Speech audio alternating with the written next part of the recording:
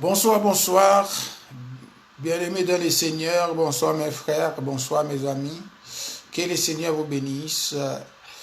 Donc ce soir, c'est encore un plaisir pour moi d'être avec vous, de pouvoir en fait revoir et refaire la vidéo supprimée. C'est quand même incroyable. Je ne sais pas comment ça se fait, la vidéo a été supprimée. Bien, c'était... En fait, bon, on va voir. On va voir.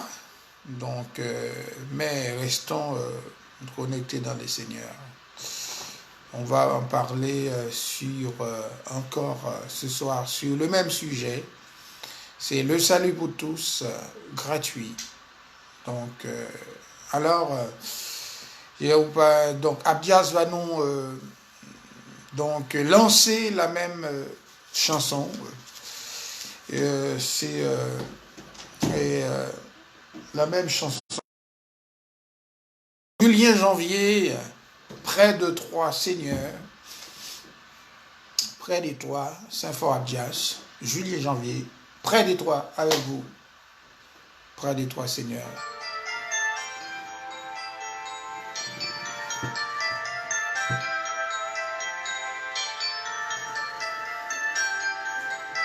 Près de toi, Seigneur, nous voulons rester.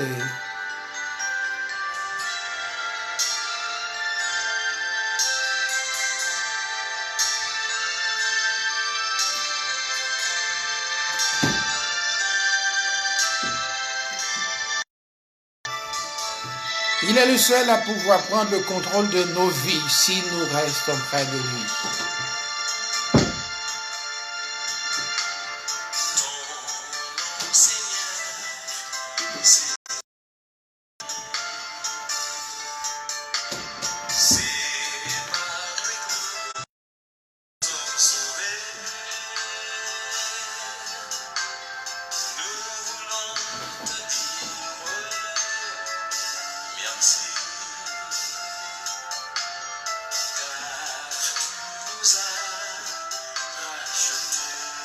Je vais essayer de ne pas partager ma vidéo parce que je vous laisse partager si en fait vous estimez bon et vous voulez nous aider à prêcher l'évangile, vous allez pouvoir partager.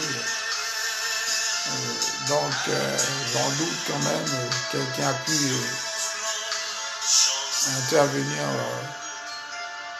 pour la suppression de cette vidéo. Mais en tout cas, près de lui, nous voulons rester.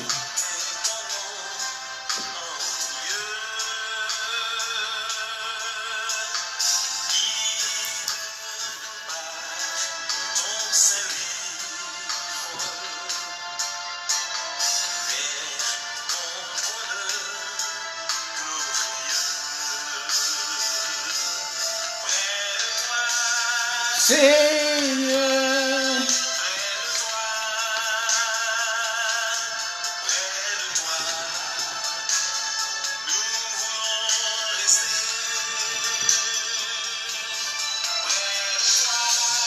Seigneur,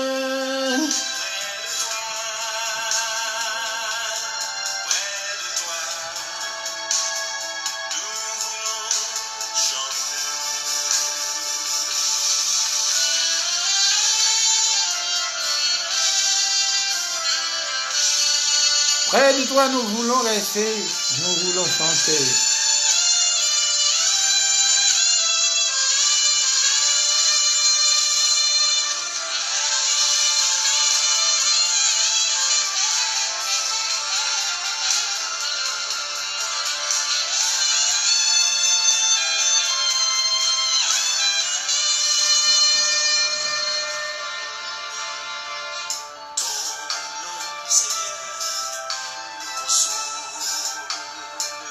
Le nom du Seigneur nous console, le nom de Jésus nous fortifie.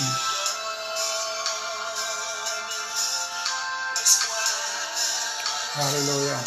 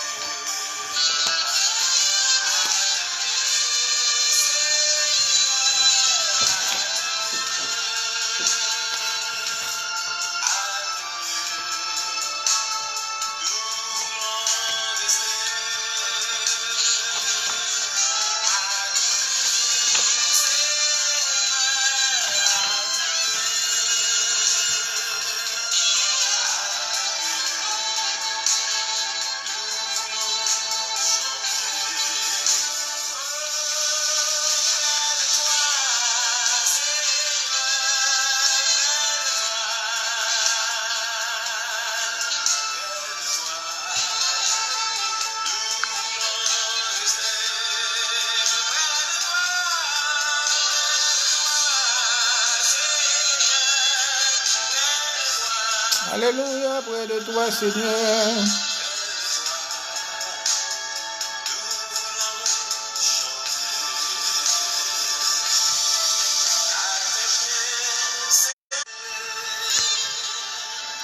À tes pieds, nous voulons rester, Seigneur.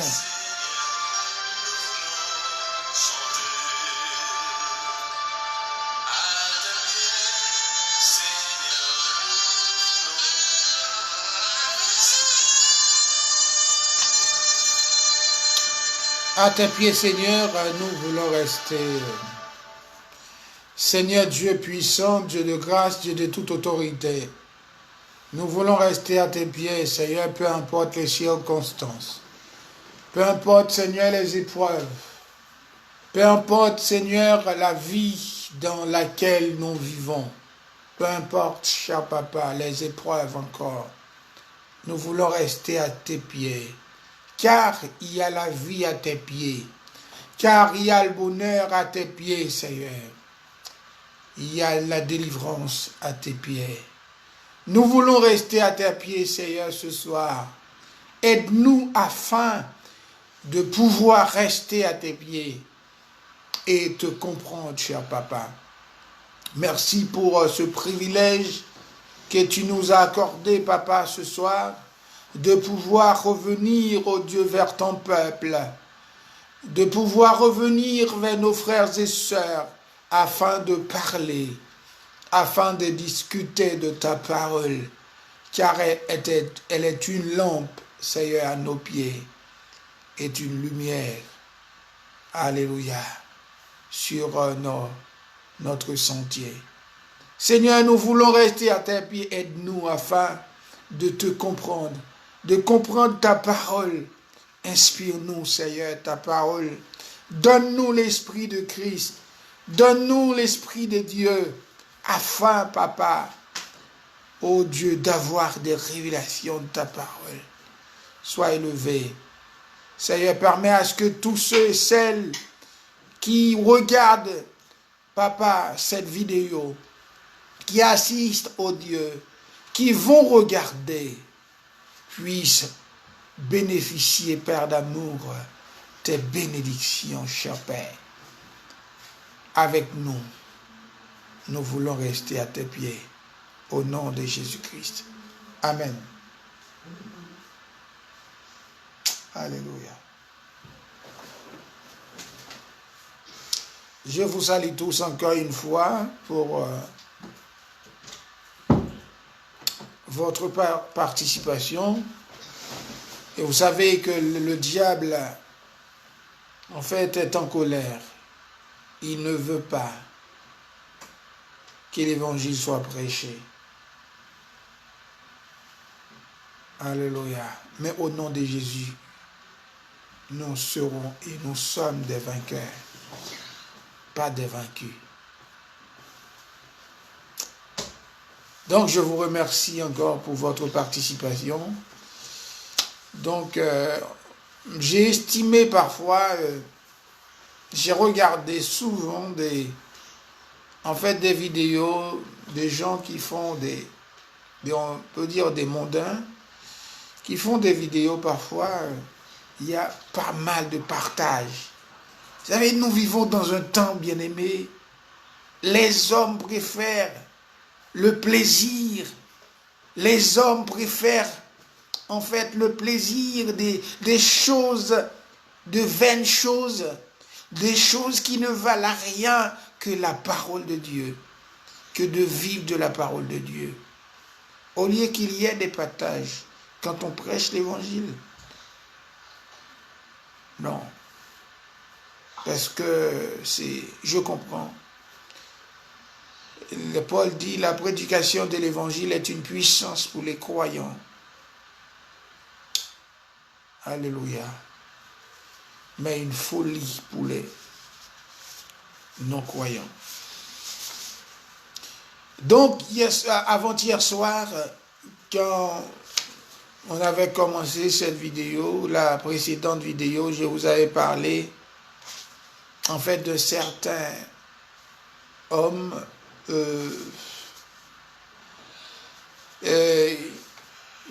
avec qui ces paroles, ces mots, ces récits, en fait, m'ont fait plaisir.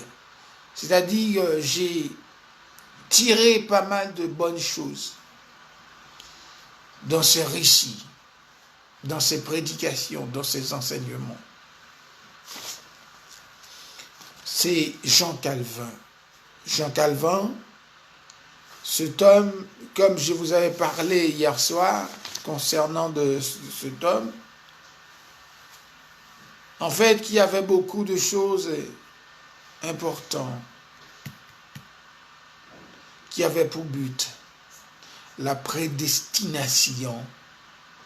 Alléluia. La prédestination de l'homme. La prédestination de l'homme. Mais ce Calvin, ma bien-aimée, qui a parlé du salut comme prédestination. Il a parlé de ça, le salut de l'homme. Alléluia. Est indépendant. Indépendant. C'est-à-dire pour lui, Jean Calvin, le salut de l'homme est indépendant de ses propres mérites. C'est-à-dire l'homme n'a rien fait de mérite, comme mérite, pour avoir, alléluia, son salut. Ce Calvin qui a élaboré, en fait, sa doctrine, alléluia, de la prédestination comme un décret éternel et inévitable. C'est Jean Calvin qui a élaboré, alléluia, sa doctrine, son message de la prédestination comme un décret éternel et inévitable de Dieu. Insistant, alléluia, sur la grâce de Dieu. On a eu cette grâce. Mais parfois, on a fait ce qu'on veut, ce qui nous plaît. Alléluia. Avec. Vous savez, mes bien-aimés, mais dans son ouvrage, il a parlé peut-être un peu plus, je dirais, rigide. Dans son ouvrage. Il a fait en fait une formulation beaucoup plus rigide. Alléluia. De la prédestination. Ou salut. Il a parlé de salut dans son ouvrage. Alléluia. Il a utilisé une formulation beaucoup plus rigide. Mais ce qui me plaît dans cet homme, il a été un homme, alléluia, puissant, je pourrais dire. Un homme aimant Dieu. Un homme qui a essayé de comprendre Dieu dans sa version, en fait, dans cette démonstration. Il y a eu des preuves tangibles.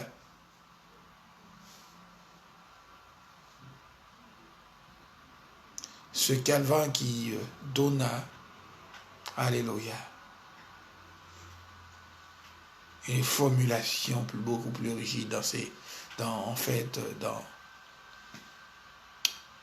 son ouvrage. Vous savez, la question que je me suis posée, mes bien-aimés, je me suis dit, mais la prédestination de l'homme, est-ce que l'homme a vraiment sa prédestination, est-ce que l'homme est prédestiné à la vie ou à la mort? C'est ça ma question. Est-ce que l'homme a une prédestination ou une prédestinée pour la vie ou pour la mort? L'homme a le choix.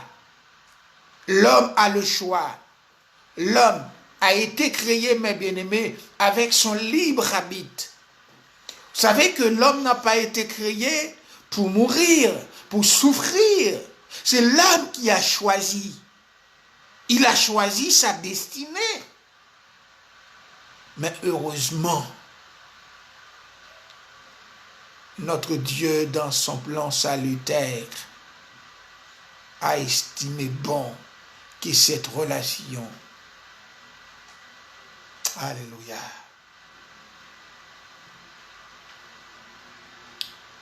devrait être reprise. Sa relation. Jean 3, verset 16. Dieu a tant aimé le monde. Il a donné son Fils unique afin que quiconque croit en lui, il a beau chercher dans le ciel, personne n'était disponible pour venir à la croix. Mais il y a quelqu'un qui a répondu à l'appel. Il a tout accepté à la croix. On n'a rien payé. Il y a eu des douleurs. Il a pris nos péchés. Il a pris la souffrance à notre place. On n'a rien payé pour. On n'a rien payé. Vous n'avez rien payé. Alléluia.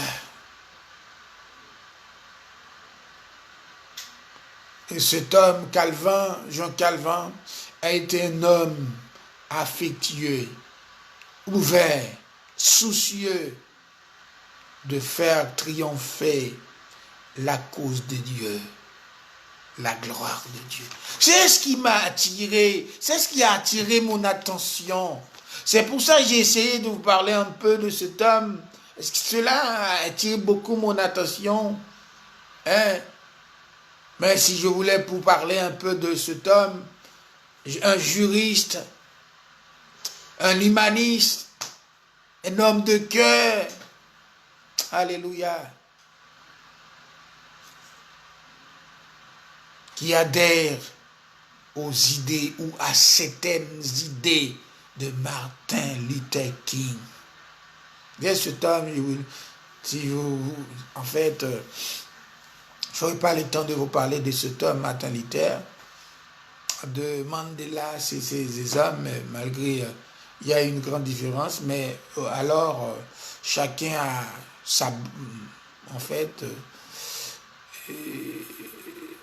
son importance, sa valeur. C'est des hommes de réconciliation. Les hommes de la réconciliation. Un grand théologien. Alléluia. Et son travail, ce qu'il voulait, il est devenu un grand théologien. Il a été obligé de quitter la France, c'est un Français, pour Genève. C'est là, cet homme, Jean Calvin, il a commencé à construire, amen, à bâtir le modèle des églises réformées. Et Genève aujourd'hui devient une ville phare, alléluia, phare du protestantisme. Jean Calvin a été un modèle. Aujourd'hui, je cherche des modèles, des hommes qui acceptent de dire la vérité telle qu'elle est, des hommes qui acceptent de prêcher l'évangile sans, en fait, comment dire, sans retrait, sans murmure, sans exception. Et cet homme, mes bien-aimés,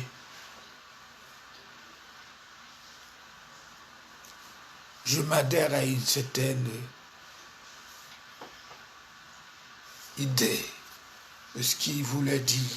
Mais ce soir, je ne vais pas m'interniser, donc prendre en fait tout mon temps pour parler de Jean Calvin, mais il faut parfois parler de certains hommes de Dieu, malgré ils ne sont plus, mais en revanche, il faut essayer de parler de celui qui est, qui était, qui est et qui sera, à savoir Jésus-Christ, notre salut.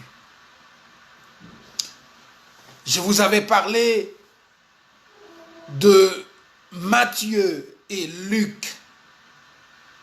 Malheureusement, la vidéo a été supprimée, c'est pour cela que je suis obligé de la refaire.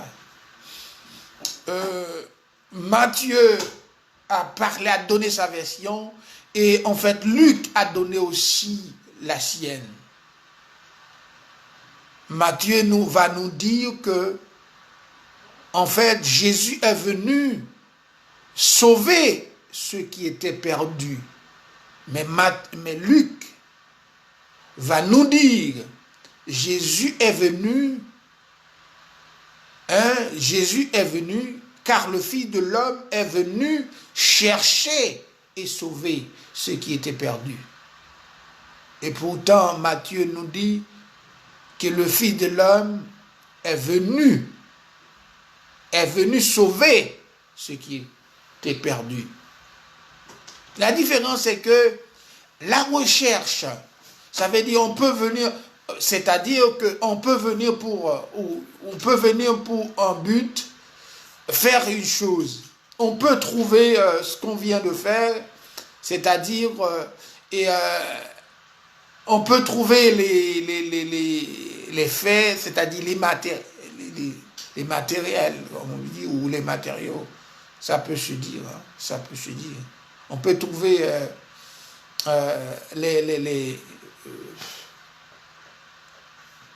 faits sur place pour pouvoir intervenir. Mais souvent, il va falloir faire des recherches. On est arrivé sur place, on n'a rien trouvé. Hein, on est venu, par exemple, on est parti pour des travaux quelque part. Il faut des matériaux pour pouvoir travailler. Et souvent, on est arrivé sur place, dans le lieu, on n'en trouve rien, il n'y a pas de si on veut faire par exemple l'électricité, il n'y a rien, il n'y a pas de câble, il n'y a pas de fil, il y a rien, on n'a rien trouvé. C'est-à-dire, on est obligé de faire la recherche pour trouver, soit aller dans un magasin pour en acheter. Ça veut dire on fait des recherches, mais souvent on est arrivé dans le lieu, il y a tout est dispo, les matériaux sont disponibles, on fait que bosser, on fait que travailler. C'est ça la différence entre recherche, est venu rechercher et venu sauver. Ça veut dire que Luc a fait beaucoup plus de travail, hein, parce qu'il a recherché. Il a parlé de la recherche, parce qu'il y a un prix qui a été payé pour Le prix, c'est pas nous, c'est pas vous, c'est pas moi. Mais le prix a été payé à la croix. Le prix a été payé. Jésus a payé le prix à la croix. C'est ça la recherche. Jésus a payé le prix à la croix. Ça veut dire, c'est pas en vain. Certes, la Bible dit que c'est par la grâce que nous sommes sauvés, pas le moyen. Ça veut dire, on n'a rien payé pour. On n'a rien payé pour. Mais il y a un prix qui a été payé. Celui qui a payé le prix s'appelle Jésus de Nazareth. C'est lui la grâce. C'est lui le sauvé. Le sauveur, pardon. C'est lui le sauveur. Le sauveur a tout payé à la croix. Il a fait des recherches pour. Mais bien aimé, je vous avez dit dans ces deux passages de l'Écriture, Jésus déclara clairement quel était le but de sa venue sur cette terre. Il est clair que sa mission était de sauver les âmes perdues. Si la mission de Jésus sur terre était de sauver, était de faire des recherches, de rechercher les âmes perdues et nous autres, c'est quoi notre boulot? C'est quoi notre travail? C'est quoi notre but? C'est quoi notre prédestination, notre prédestiné? Vivre, ce n'est pas simple. Vivre pour Jésus, ce n'est pas simple. La prédestinée que voulait prêcher, Calvin, c'est pas une prédestination simple. Parce qu'il y a du boulot à faire. Il y a du boulot, il y a du taf. Il faut se retirer de ses conforts. Il faut se retirer de ses conforts. C'est souvent fois, on préfère rester derrière nos chairs pour prêcher l'évangile. J'avais dit, derrière la chair, ça veut dire, c'est bien. On préfère rester derrière la chair pour prêcher, pour parler, pour faire des beaux discours.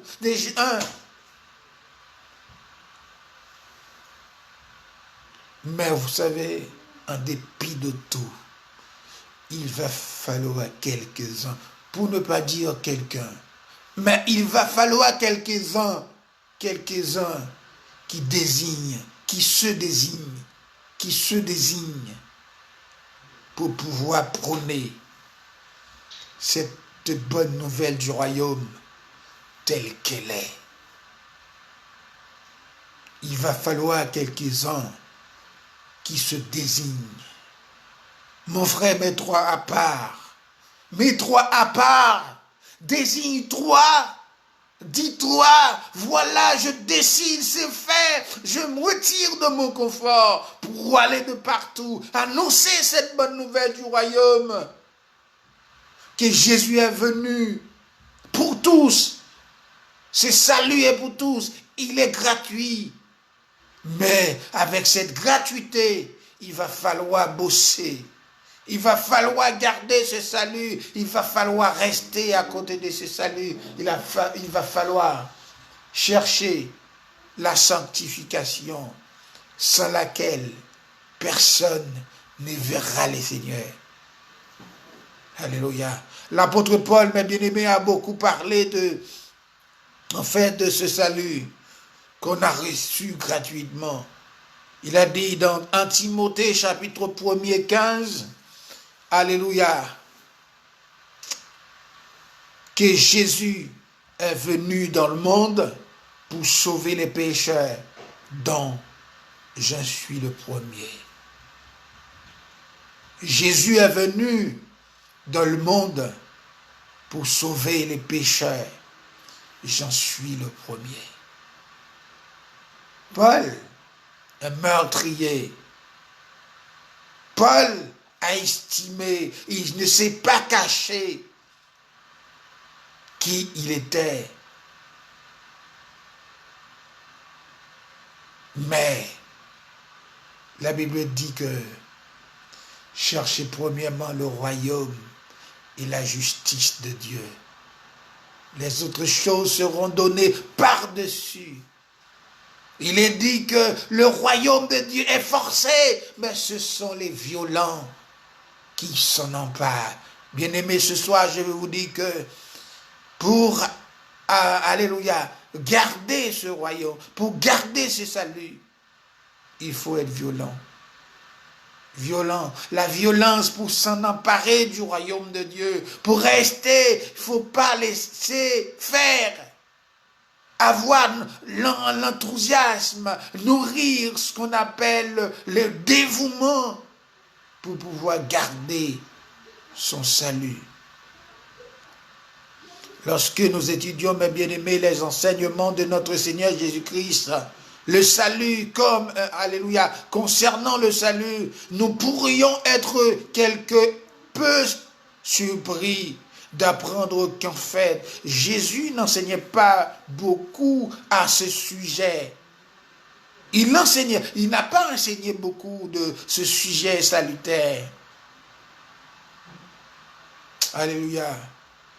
Mais il a plutôt démontré par le témoignage de sa vie, son ministère. C'est pour cela que je vous avais dit que, bien-aimés, voilà ce que Dieu a fait pour que l'homme reçoive ce salut se trouve dans les 4 évangiles. Mais ce que l'homme doit faire pour garder son salut, pour rester, pour garder, pour nourrir son salut, se trouve dans les actes. Il faut des preuves tangibles. Alléluia. Merci Seigneur. Bien-aimés, la plus grande partie de l'enseignement de Jésus a été, alléluia, donné avant sa mort au calvaire. Il a beaucoup enseigné. Il a beaucoup parlé de sa mort au calvaire. Il a beaucoup parlé de sa résurrection. Par conséquent, cela faisait encore partie de l'ancienne dispensation. Alléluia. La loi. Bien-aimé, il va dire, alléluia, dans Jean chapitre 1er, verset 11, elle est venue chez les siens. Ceci que ce salut n'était pas à nous. Ce n'était pas destiné pour nous, les croyants. Mais les Juifs ont sous-estimé, alléluia, son apparition. Les Juifs n'en voulaient pas. Ils croyaient autrement. Mais il est dit à tous ceux qui l'ont reçu, à ceux qui croient en son nom, elle a donné le pouvoir de devenir l'enfant de Dieu. Alléluia. Par Jésus, vous et moi, on est devenus enfants de Dieu. Ce n'était pas notre mérite. Mais vu que Dieu a tant aimé le monde, on a été créé à l'image de Dieu, à la ressemblance de Dieu. Et ceci, Dieu ne pouvait pas, alléluia, n'estimait pas bon de nous laisser périr. Alléluia. Mais il a revu. Alléluia. Il a repris. Alléluia.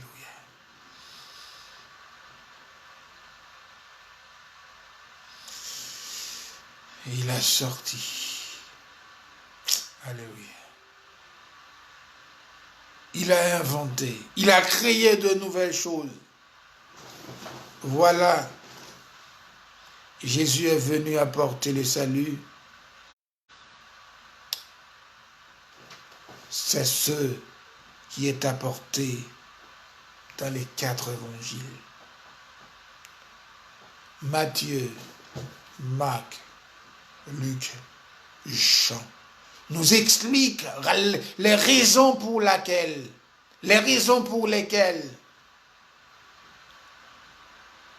Dieu a pu donner Jésus à la croix pour qu'il puisse retrouver, ou pour que l'homme puisse retrouver sa destinée. Alléluia.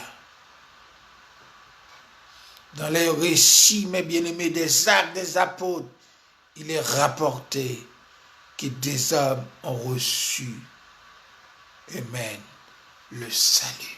Quand vous lisez les actes des apôtres, vous allez voir des gens qui ont reçu, qui ont accepté, alléluia, de recevoir,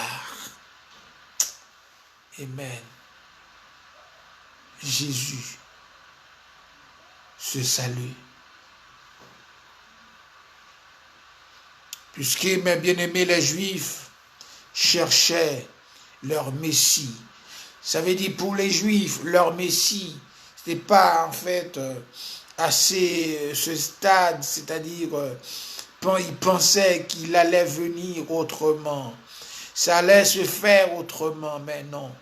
Les pensées de Dieu ne sont pas celles des hommes. Les pensées de Dieu ne sont pas celles des hommes.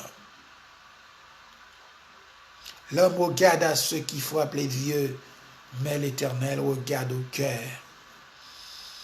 Il l'a dit dans 1 Samuel 16, avec cet homme Samuel. Mais bien aimé, dans le 3e chapitre du livre de Jean, on va voir qu'il y a eu un homme, un docteur de la loi, qui voulait voir Jésus. Il a cherché un moment particulier, un moment qui ne pourrait pas lui, alléluia, représenter, comment dire, l'ennui pour lui. C'est-à-dire ce moment-là, il voulait voir Jésus, que ses amis, ses collègues n'auraient pu constater en fait que cet homme, le docteur de la loi, se présente face à face, alléluia, avec ses Jésus. Mais il a plutôt choisi une nuit pour aller voir Jésus. Arrivant dans Jean chapitre 3, voilà dans le 3e verset que Jésus va répondre à toutes les questions de Nicodème. Là où il va dire, si un homme ne naît de nouveau, il ne peut voir le royaume de Dieu. Dans le verset 6, il va reprendre la question, il va donner la même réponse. Parce que Nicodème a beau insister, voir est-ce qu'il pourrait au moins trouver en fait des solutions pour ces problèmes, c'est-à-dire des réponses pour ces questions. Des réponses pour ces questions. Mais malheureusement, il ne parvenait pas à, en fait et à trouver ce qu'il attendait. Non. Ce qu'il attendait. Comment un homme peut-il naître et renaître? C'est absurde. Un homme ne peut pas naître et renaître. C'est hallucinant. Voilà, Jésus va dire, Nicodème, en vérité, je te l'ai dit. Si un homme ne naît d'eau et d'esprit, il ne peut entrer dans le royaume de Dieu. C'est pour cela que je vous avais dit la fois dernière, malheureusement la vidéo a été supprimée. On ne peut pas, en fait, entrer dans le royaume de Dieu n'importe comment. Cela veut dire, on ne peut pas se dire, voilà, on reçoit son salut, c'est tout. On attend le ciel, on attend le retour. Non. C'est là que Jésus va insisté sur le fait que Nicodème ne pouvait pas comprendre ce qu'il voulait dire. Là, il va dire si un homme n'est né d'eau et d'esprit. Ça veut dire qu'il y a une très grande signification, né d'eau et d'esprit. Vous parlais de la nouvelle naissance, c'est en fait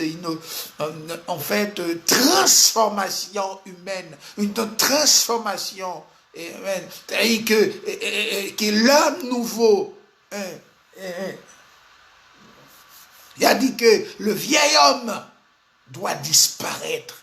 Le vieil homme, c'est que tu étais l'homme que tu étais avant doit disparaître.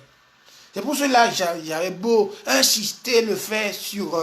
et vous savez que j'avais discuté avec des frères, des serviteurs concernant des appels de Dieu. Là où je parlais, je disais que l'homme a reçu 4 appels. J'insistais sur les 4 appels, mais il y a beaucoup d'appels. Mais j'insistais sur les 4 appels, les 4 principaux appels que l'homme a reçu de Dieu, là où je parlais de l'appel à la repentance ou conversion, comme le premier, là où je parlais de l'appel à la sanctification, comme deuxième appel, l'appel à la sanctification. Je parlais de cet appel, et avec référence comme Paul disait dans 2 Corinthiens 5, 17, donc si quelqu'un est un Christ, cela veut dire, après avoir reçu l'appel, après avoir reçu ou accepté l'appel à la conversion ou repentance, il va falloir se dépouiller. Il va falloir se dépouiller, se sanctifier. L'appel à la sanctification. Le vieil homme. Paul va dire aux Corinthiens, si quelqu'un est en Christ, alléluia, il est une nouvelle créature. Les choses anciennes sont passées. Voici, tout est devenu nouvelle. J'insistais sur le troisième appel qui est l'appel au service. Ça veut dire que si tu as accepté, tu es converti, un nouveau converti, tu as accepté Jésus dans ta vie, et en fait, deuxièmement, tu as accepté de te nettoyer, de te revertir, de te sanctifier. Voilà, maintenant, tu es prêt pour te mettre au service de Dieu. Tu es prêt pour y aller. Annoncer la bonne nouvelle du royaume de partout. C'est appel au service. Mets-toi au service, ma soeur. Mets-toi au service de Dieu, mon frère. Vas-y. Retire-toi de ton confort. Ce que tu aimes le plus cher. Mets-toi au service de Dieu. Le quatrième appel, je parlais, c'est au lieu que je dirais appel à rendre compte, je disais appel au jugement. C'est ça qui a fait le débat. Il y a beaucoup qui ignoraient, qui parlaient. Mais après, j'avais fait la rectification. Je m'étais excusé où je disais que c'est pas le jugement que je voulais parler. C'est rendre compte. Je parlais de appel à rendre compte. Alléluia. Appel à rendre compte. Alors il faut qu'on soit lucide, constant de soi-même. Donc, mes bien-aimés, l'homme a reçu ces 4 appels. On peut négliger, on peut sous-estimer les 3 premiers appels, les 3 précédents appels, mais le 4e, en vérité, on ne peut pas le refuser. Le 4e, c'est appel à rendre compte. Peu importe, anyway, whatever. La personne que tu es, il faut que tu te présentes pour rendre compte de ce que tu faisais sur cette terre, de ta vie sur cette terre. de ton vécu. Il faut que tu te présentes. C'est ça que je voulais parler. Mais la plupart des gens n'arrivaient pas à me comprendre. C'est pas grave. Alléluia. C'est pas grave.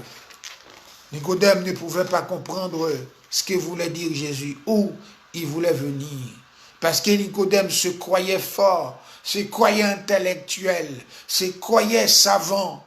Mais devant le Seigneur, c'est la sagesse. Devant le Seigneur, c'est l'humilité. Devant le Seigneur, c'est pas théologien. Mais c'est ce que tu donnes, ce que tu cultives, alléluia, ce que tu nourris, ce que tu donnes, les actes que tu, alléluia, les actes, tes actes. Je parle de tes actes, il faut essayer bien de comprendre que je parle des actes, les âmes que tu as, alléluia, les âmes que tu as cherchées pour Christ. Alléluia. Les âmes perdues. Les âmes perdues. Est-ce que tu as cherché des âmes perdues pour Christ? Est-ce que tu as prôné, tu as prêché cette bonne nouvelle? Ou tu l'as cachée pour toi? Alléluia. Jésus, mes bien-aimés, pardonnait. Et malgré, vous savez, les péchés, malgré la désobéissance, vu qu'il est venu, malgré à la croix, il a pardonné. Et ça, l'amour de Dieu. Je veux continuer à nourrir cet amour. Je parlais de la déité la fois dernière. Il y a une vidéo que j'ai faite. Si vous regardez bien dans mes vidéos, c'est là où j'avais parlé de la déité de Christ. J'avais parlé de la déité de Christ. Donc ce soir, je n'ai pas parlé, peut-être un autre jour, je pourrais revenir sur le sujet. Donc Jésus est Dieu. Pour ceux qui ne le savaient pas, Jésus non seulement le Fils, il est le Fils, mais il est aussi Dieu. Donc, bien-aimé, dans Marc chapitre 2, verset 5, voilà, il va dire que, et au paralytique, mon enfant, tes péchés te sont pardonnés. Et je vous avais dit fois dernière que Jésus était en mission, là où on l'amenait un paralysé, quelqu'un qui ne pouvait pas marcher, quelqu'un qui ne pouvait pas, vivre selon, sa volonté, qui n'avait pas son autonomie. Mais il y avait tellement une multitude de personnes, la foule a été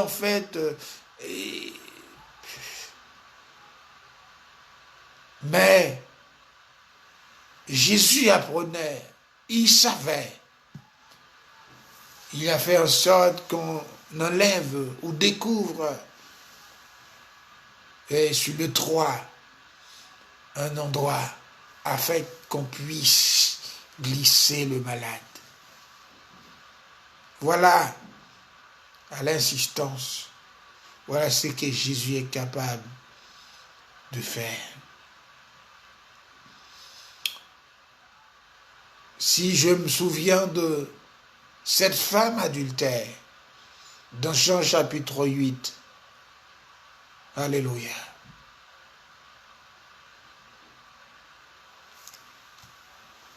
Et elle a été attrapée par ces pharisiens qui l'emmenaient à Jésus. Parce que vu, c'est au temps de la loi, c'est la règle. Il faut respecter la loi. Mais avec Jésus, les choses sont autrement. Jésus a le pouvoir de pardonner, il a le pouvoir de condamner aussi. Voilà. Ces gens qui emmenaient cette femme à Jésus pour la lapider. Ils voulaient la lapider. Voilà, ils disaient à Jésus, mais on a attrapé cette femme en flagrant délit. En fait, elle mérite d'être lapidée. Qu'est-ce que tu dis dans ce fait, dans cette histoire? On est au temps de la loi. Elle mérite d'être lapidée. Voilà, Jésus a pris le temps pour régler les choses. Pour régler les choses. Il s'est mis à écrire, à écrire. Chacun voyait son défaut. Chacun voyait sa faiblesse. Allait jeta sa pierre.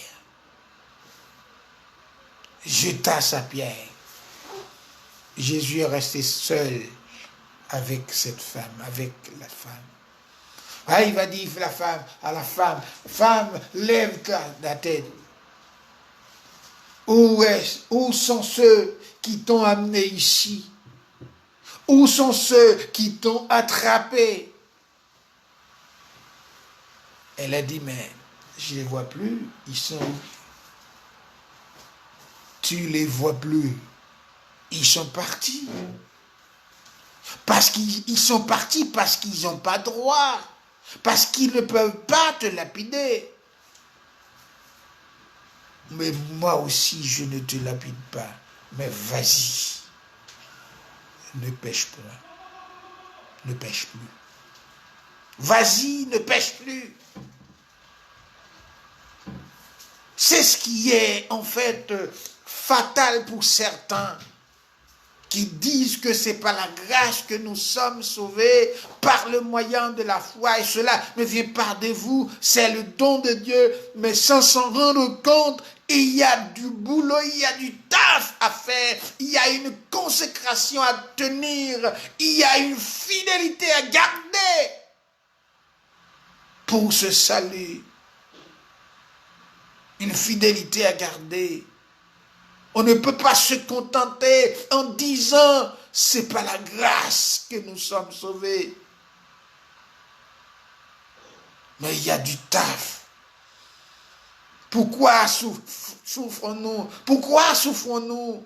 Pourquoi acceptons-nous de souffrir? Pourquoi acceptons-nous de rester fidèles? Pourquoi aller à l'église? Pourquoi persévérer? Si ça suffirait d'être en fait sauvé par la grâce, on n'aurait pas besoin de continuer à persévérer. C'est pour ça que je le dis, c'est hallucinant pour ceux qui croient, qu'ils croient de cette façon. Moi, je vous le dis que il y a beaucoup plus de ce qu'on pense, alléluia, du salut. Jésus enseigna librement, mes bien-aimés, la prérogative divine qui consiste à pardonner les péchés. Il a le droit, parce qu'il est Dieu. Il a le droit de pardonner. Il a pu pardonner les péchés de cette femme en disant, vas-y femme, je ne condamne pas, mais ne pêche plus. Jésus mais bien aimé, n'a jamais nié cela. Il n'a jamais nié cela. Il n'a pas sous-estimé que cette femme devait, alléluia, agir de telle sorte. Il n'a pas encouragé des gens à pécher, à vivre dans le péché. Voyons, mais il a prouvé qu'il était capable de pardonner les péchés. Et en faisant cela, il prouvait sa déité. Alléluia. Bless the Lord. Wonderful Jesus. La cause de la mort, mes bien-aimés, est le péché. Le salut, la cause de la mort Il dit, le salut, en fait, le don gratuit de Dieu, c'est la vie éternelle. C'est-à-dire, le salaire du péché, c'est la mort. Si on reste, on continue à vivre dans le péché, on ne peut pas se dire, c'est pas la grâce que je suis sauvé. Certes, on n'a rien payé pour avoir Jésus. Le salut, c'est Jésus. Vous le savez? Le salut, c'est Jésus. Quand on parle du salut, quand on parle de sauver, c'est Jésus. Quand on voit sauver, on voit salut, c'est Jésus. Sans Jésus, il n'y a pas sauvé. Sans Jésus, il n'y a pas salut. Alléluia. C'est pour cela que je vous avais dit, fois dernière, que Jésus est le sauveur du monde, mais pas le Seigneur du monde. Pas le Seigneur du monde. Il est le sauveur du monde. Tout le monde est sauvé par lui. Le monde est sauvé par lui. Vous avez parlé de deux mondes. Le monde païen. Parce que quand on parle de sauver, on peut se dire, mais de quel sauvé qui voulait parler pas aux Éphésiens, au peuple Éphèse? De quel sauvé qui voulait le parler? Vous savez, il y a le sauvé du monde païen à monde chrétien. Il y a le sauvé du péché passé, sauvé des anciennes coutumes, sauvé de mes anciens défauts. Je me sauve.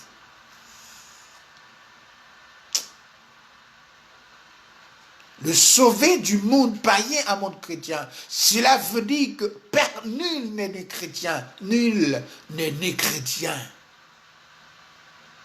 On devient chrétien. C'est en acceptant Jésus comme sauveur et Seigneur.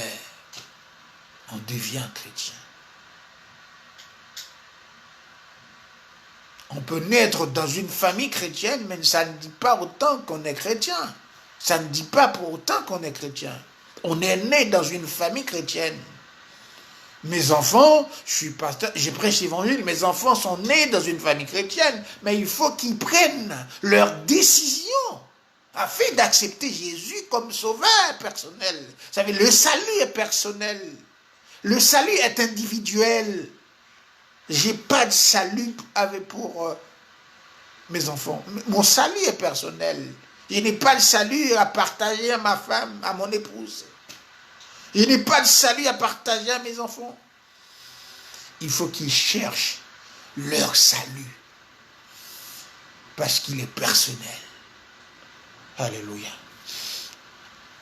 Jésus enseigna, mes bien-aimés, que le salut était pour tous les hommes. On l'accès. On taxait. Jean 3, verset 15. Afin que quiconque croit en lui. Verset 16. Il a tant aimé le monde. Il a donné son Fils unique. Quiconque croit en lui ne périsse point, mais qu'il ait la vie éternelle. Il nous apparaît également dans ces deux versets, mes bien-aimés, lus, voilà, Jésus enseignait clairement que le salut était pour quiconque voulait croire. Voilà, il y a un effort à faire.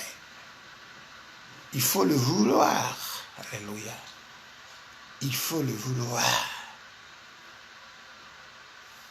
Alléluia.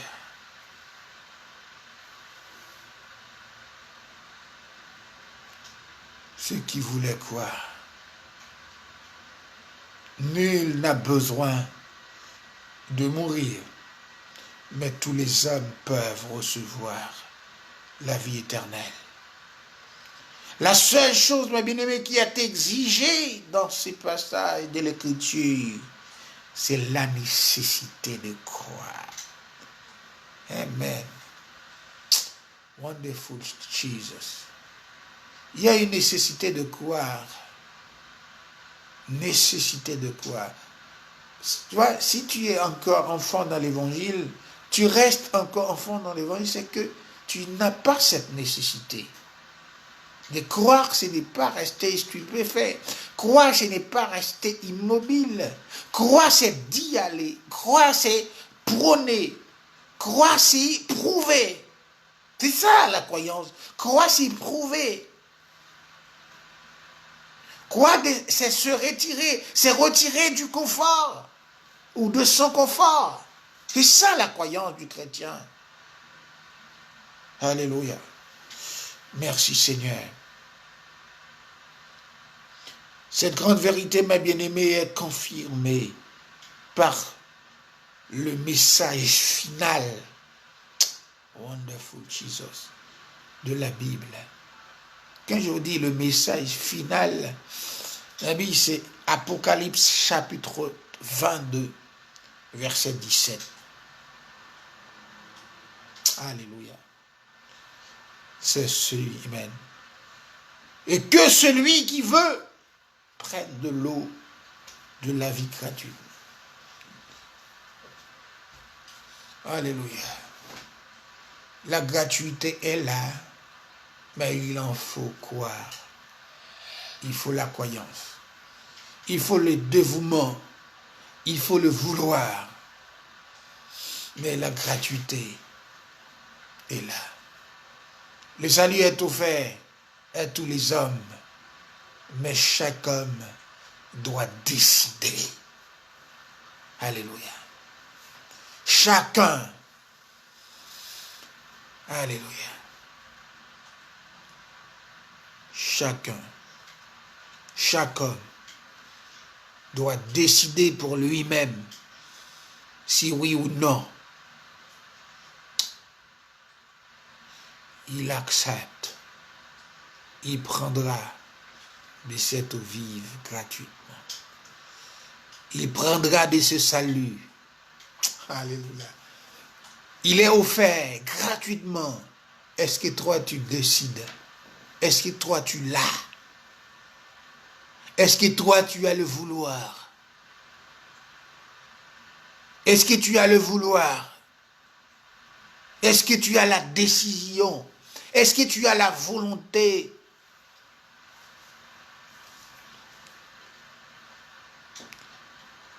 Jésus enseignait aussi que peu d'hommes seraient sauvés. Voyons, je vais venir. Vous allez me dire, mais qu'est-ce qu'il est en train de dire? Peu d'hommes seraient sauvés. Et le salut, le sauver est gratuit, mais il y a peu d'hommes. Matthieu chapitre 7, verset 14. Mais étroite est la porte, resserré est le chemin, alléluia, qui mène à la vie, et il y en a peu qui les trouvent. Luc chapitre 13, verset 23-24. Quelqu'un lui dit, Seigneur, y a-t-il que peu de gens qui seraient sauvés? Il leur répondit, efforcez-vous d'entrer par la porte étroite, car je vous le dis, beaucoup chercheront entrer et ils ne pourront pas. Amen. Amen. C'est ça là.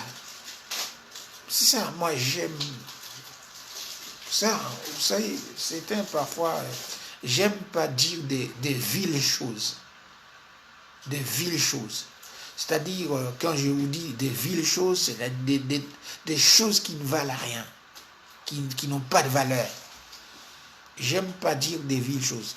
Mais, en fait, c'est que j'estime, ce que je constate dans ces passages, c'est que le salut est gratuit. On n'a pas besoin d'argent pour en acheter, pour l'avoir. Mais, alléluia, il faut la volonté, le vouloir.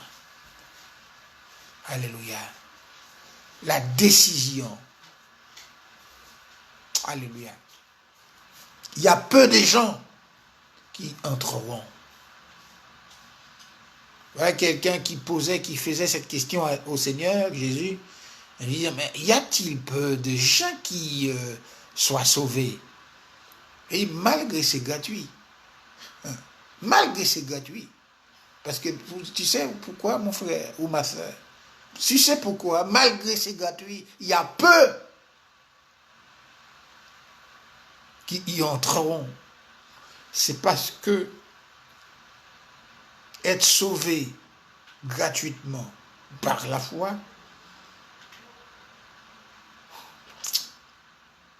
en le constatant ou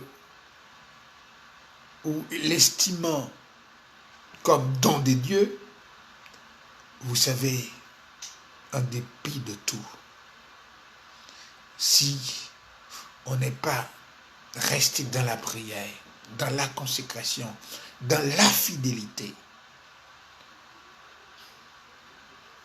alléluia, on entendra parler de salut, mais nous autres, on entendra parler de salut. On peut se dire qu'on l'a déjà acquis. Mais, sorry.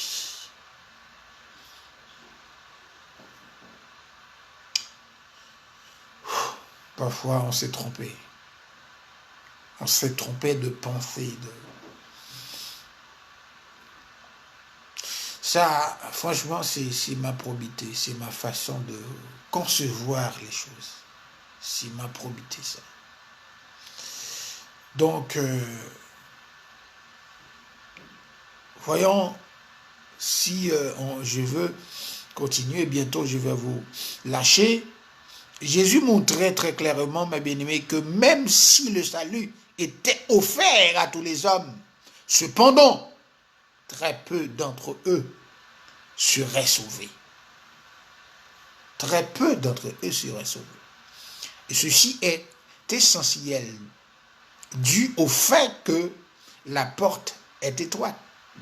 La porte du salut, alléluia, worship. La porte du salut est étroite.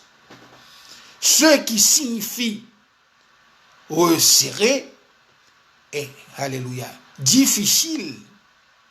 La plupart des gens sont incapables de passer par cette porte. Oui, le salut est gratuit. Et pas la grâce. C'est pas la grâce qu'il a été offert. Je ne dis pas, c'est pas la grâce que j'ai eu la chance de l'avoir. Personne ne peut savoir si je l'ai. C'est moi qui sais vraiment ce qui est chez mon salut. C'est souvent fois l'apparence est trompeuse.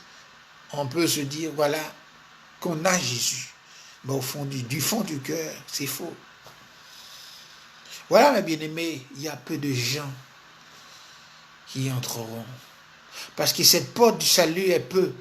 Voilà, c'est gratuit, certes, mais la porte est petite. La porte est étroite. Parce qu'il y a la souffrance. On ne peut pas, comme je disais, dans une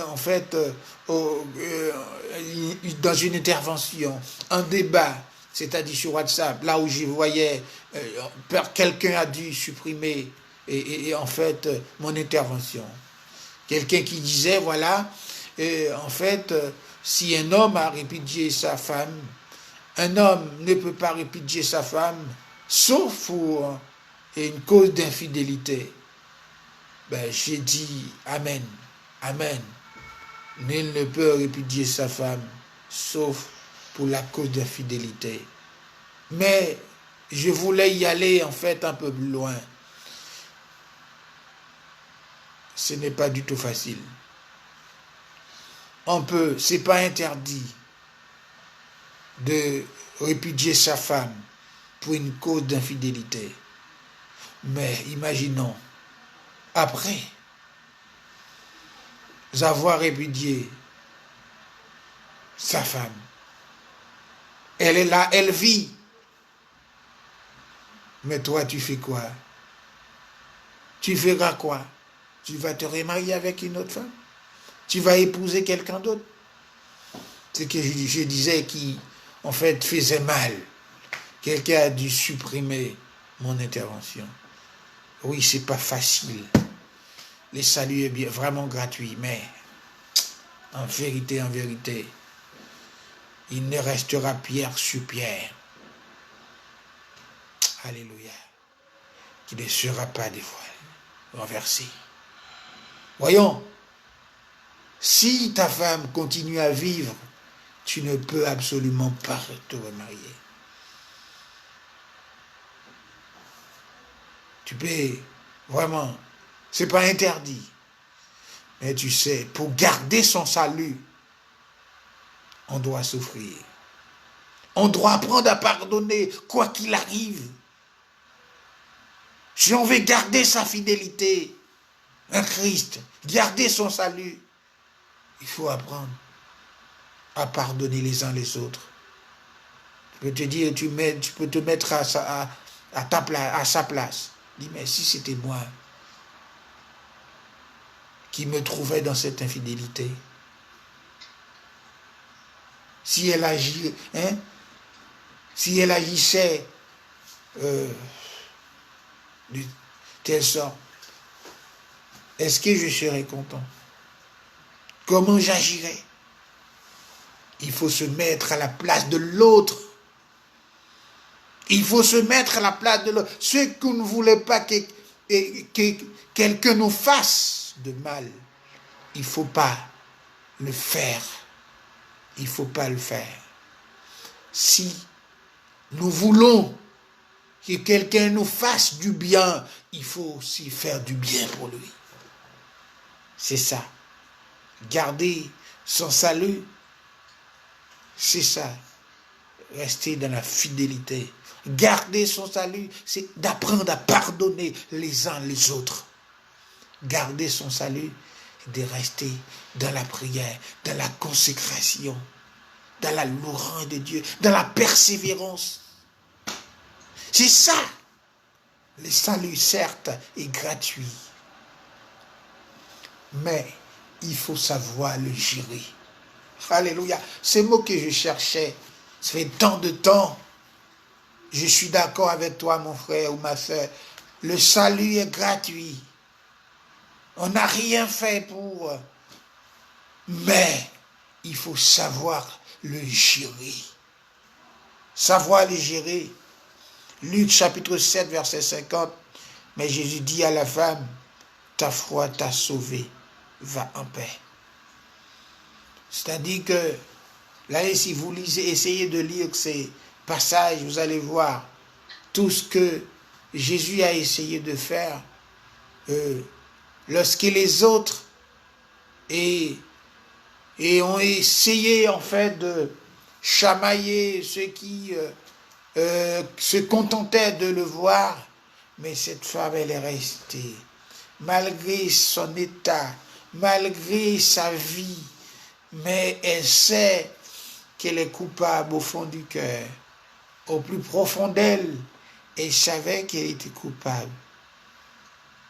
Elle savait qu'elle était souillée, qu'elle était une femme adultère, qu'elle était une femme de mauvaise vie.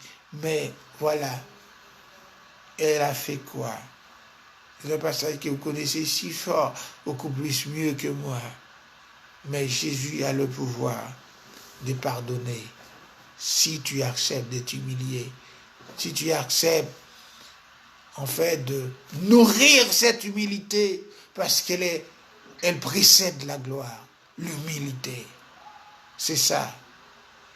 Garder, chérir son salut. Allons terminer. Nous sommes loin, mère d'amour et bien-aimés, d'avoir donné tous les passages de l'Écriture où Jésus, que la foi était essentielle au salut. Le salut, garder son salut, gérer son salut, ça demande de la foi aussi. Ça demande, en fait, une ferme foi. Il faut la foi. Alléluia. Pour pouvoir gérer son salut. Donc, mes bien-aimés, je vais vous quitter. Parce qu'il y a beaucoup ainsi concernant la repentance et le salut. Si vous lisez Luc chapitre 18, verset 13, parlant du publicain, se frapper la poitrine, se montrer quelque chose, se montrer supérieur, dans Luc chapitre 18, verset 13. Voilà, il priait, il disait, « Oh Dieu, sois apaisé envers moi qui suis un pécheur. » Il se sentait en fait au-dessus, il se sentait quelque chose.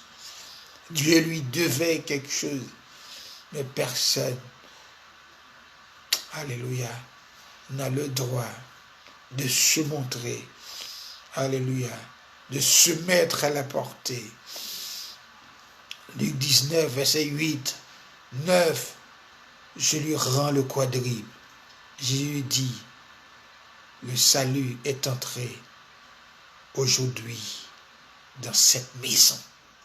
C'est l'histoire des Zachée. Ils ignoraient, mais sans se rendre compte, voilà que Zachée, c'est un persécuteur, un homme qui en fait faisait du mal aux gens. Mais non, Zachée a essayé de faire une chose. Pour pouvoir voir Jésus, il a essayé de monter quelque part pour le voir, parce qu'il voulait le voir.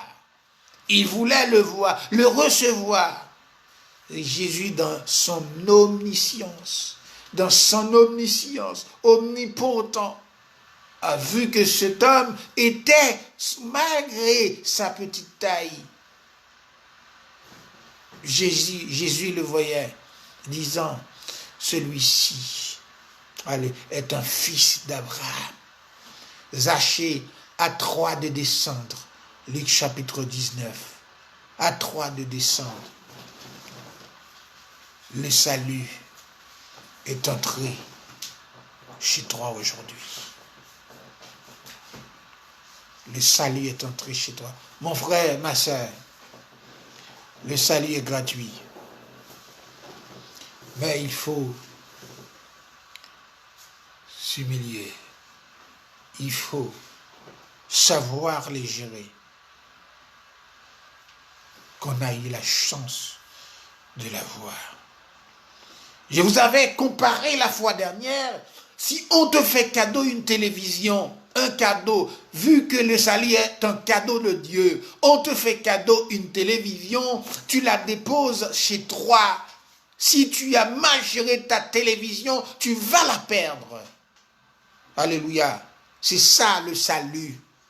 C'est ça, c'est pour cela, je discutais avec des frères, je leur disais, voilà, on peut perdre son salut si on le gère mal. On le gère mal, on peut le perdre.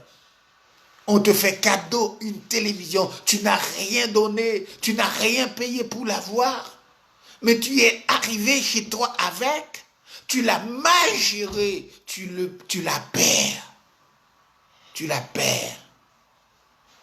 Parce que tu l'as mal géré. Alléluia. C'est ça le salut ce soir. J'aurais bien voulu que vous partagiez cette vidéo, malheureusement, c'est à vous de voir. Luc chapitre 15, verset 11, 24. Parabole de l'enfant prodigue. L'enfant prodigue. Parabole de l'enfant prodigue. Vous connaissez cette histoire de l'enfant prodigue. Soyons, mes bien-aimés, si on veut garder son salut, soyons comme cet enfant. Prenons l'exemple de cet enfant. Il avait tout ce qu'il fallait chez lui. Il avait tout ce qu'il fallait. Vous savez, quand il a quitté, il a dépassé sa borne. Il a dépassé ses limites. Voilà ce qu'il attendait dans un parc des cochons. C'est là qu'il se trouvait. Il s'est mis à réfléchir. Quand j'étais chez mon père, je vivais comme un prince. Voilà aujourd'hui, vu que j'ai dépassé mes limites. Voilà aujourd'hui, mais c'est comparable. C'est très comparatif au salut. Tu dépasses les bonnes. Tu dépasses tes limites. Tu le perds. Tu le perds carrément. Tu le perds. On pourrait partager. Il y a des en fait, des géants qui doivent voir cette vidéo, qui doivent regarder cette vidéo, qui se montrent, qui se disent, voilà, on n'a rien fait pour avoir ce salut. Certes, c'est normal, je suis d'accord avec vous, mais n'y profitez pas. L'enseignement que vous donnez, que vous prenez dans votre assemblée, ne dites pas aux fidèles, aux gens, que vous êtes sauvés, c'est pour la vie. Rien ne permettra que vous perdiez votre salut. N'enseigne pas ce message. Essayez d'enseigner la fidélité avec vos fidèles, la fidélité de Dieu, la consécration, la sanctification. Certes, vous avez reçu le salut gratuitement, vous n'avez rien payé pour l'avoir, mais il y a la persévérance. Pour pouvoir le garder, il faut persévérer. Pour pouvoir le garder, pour pouvoir bien le gérer, il faut prier, rester dans la prière, en consécration. Il faut garder sa fidélité. Avec ça, on peut se dire, voilà, j'ai reçu mon salut gratuitement. Je dois le garder. L'enfant prodigue est arrivé quelque part, s'est mis à réfléchir, à penser. Mais malheureusement. Et heureusement, il avait pensé, il avait réfléchi autrement. Si mon peuple se détourne de ses mauvaises voies, je suis fidèle pour lui pardonner. Ah ben voilà, Jésus, ce fils est revenu vers son père pour lui dire, Père, je me sens fautif, je me sens coupable. Ne me prends pas comme ton enfant, comme ton fils, parce que j'ai trop fait. Prends-moi. Alléluia. Seigneur, merci Seigneur. Chacun de ces messages, mes bien-aimés, de ces passages de l'Écriture cités ci-dessous, mes bien-aimés, Jésus enseignait l'importance de la repentance. Alléluia. On doit se repentir tous les jours. On doit se repentir. On doit entrer en soi-même. Alléluia. Revoir la croix. Revoir pourquoi Jésus a tout accepté à la croix pour que nous ayons ce salut. Zachée a 3 de descendre. Le salut est entré chez toi. Parce que celui-ci est un fils d'Abraham. L'enfant prodigue, il est revenu vers son père. Et son père l'a accepté. Il a fêté. Ben, Dieu est comme ça. Quand on a péché, il faut revenir. Quand on a péché, il faut prendre conscience. Quand on a péché, il faut se confesser. Sinon, on va rester dans l'état où nous sommes. Vous avez parlé de Nicodème dans Jean 3. Nicodème ne pouvait pas comprendre. Il y a ce qu'on appelle le baptême qui est très important dans la vie du chrétien, dans la vie des sauvés. Alléluia. Dans le salut. Le baptême n'est pas le sauver, mais c'est le commencement de la vie spirituelle des chrétiens. Donc je vais vous laisser là. Il y a beaucoup à toucher, il y a beaucoup d'autres choses, mais je veux vous dire que c'était un plaisir de vous avoir encore une fois pour... Alléluia. Alléluia. Merci, Seigneur. Alléluia. J'aurais bien voulu vous passer une chanson avant, malheureusement, avant de terminer. Malheureusement, les enfants sont allés se coucher. Donc,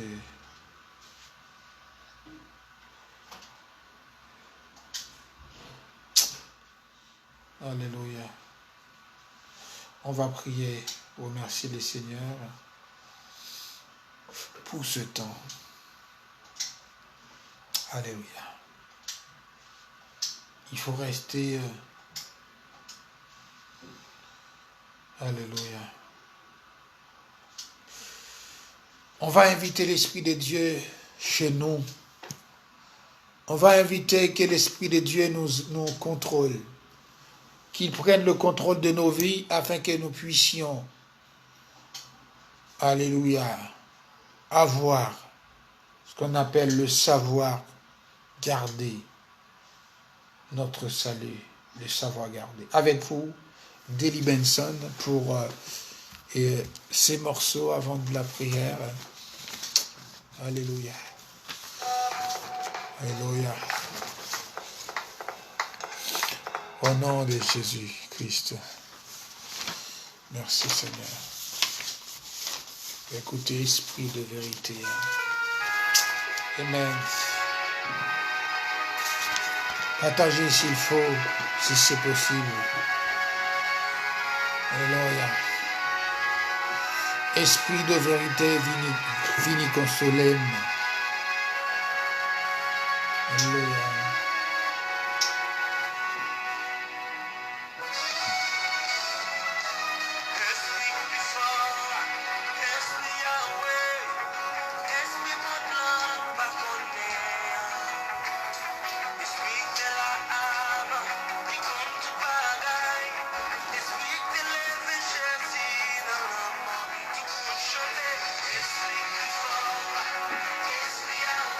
Alléluia.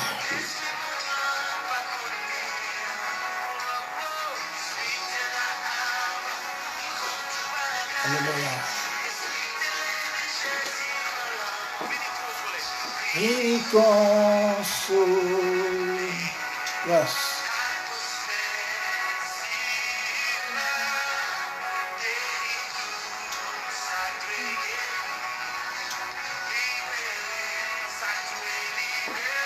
Alléluia.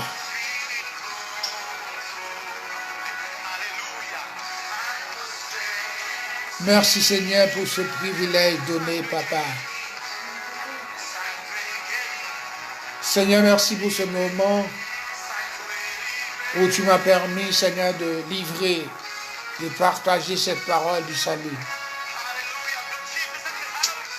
Je t'en prie, Seigneur, de toucher les cœurs de ceux qui vont regarder, de ceux qui ont regardé, Seigneur. Inspire-nous, Seigneur, ton Esprit Saint. Inspire-nous ta présence. Aide-nous à comprendre ta parole.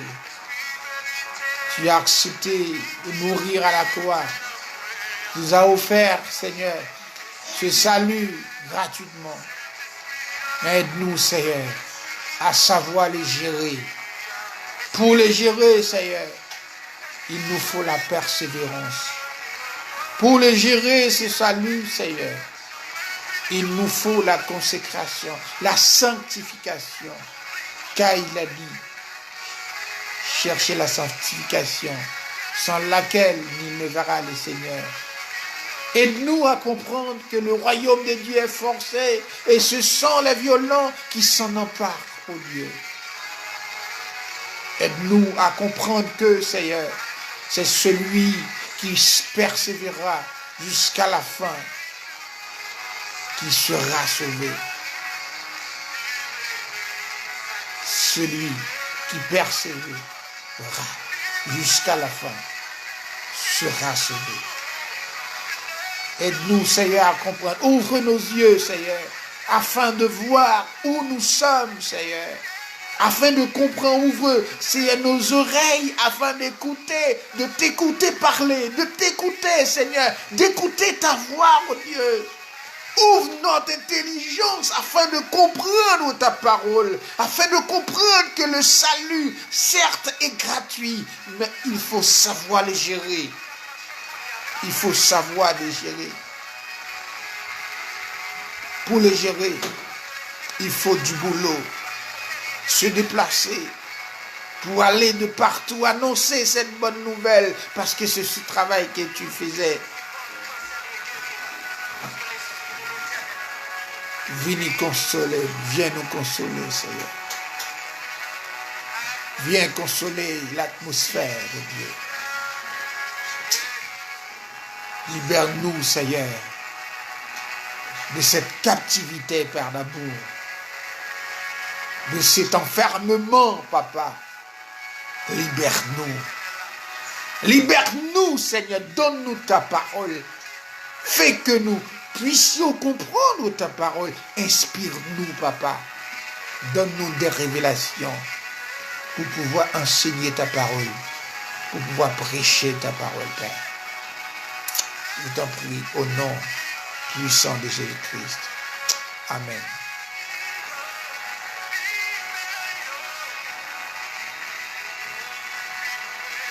Alléluia.